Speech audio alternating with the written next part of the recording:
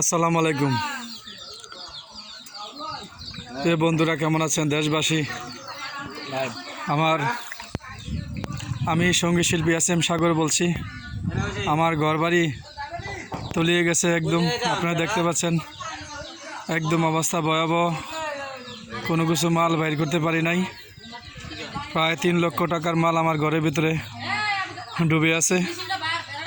একদম ভয়াবহ অবস্থা, একদম গলা সমান পানি হয়ে গেছে। দেখতে পাচ্ছেন প্রচণ্ড পানি, বন্যার পানিতে এখানে আমাদের এই বসত বাড়িতে প্রায় 12টি ফ্যামিলি আছে।